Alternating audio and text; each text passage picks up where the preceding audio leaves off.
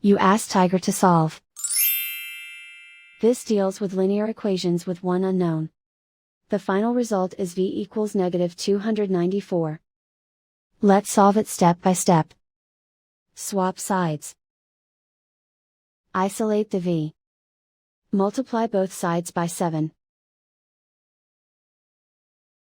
Group like terms. Multiply the coefficients.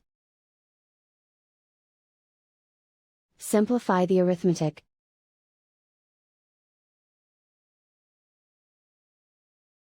Convert the v into a positive number. Multiply both sides by -1.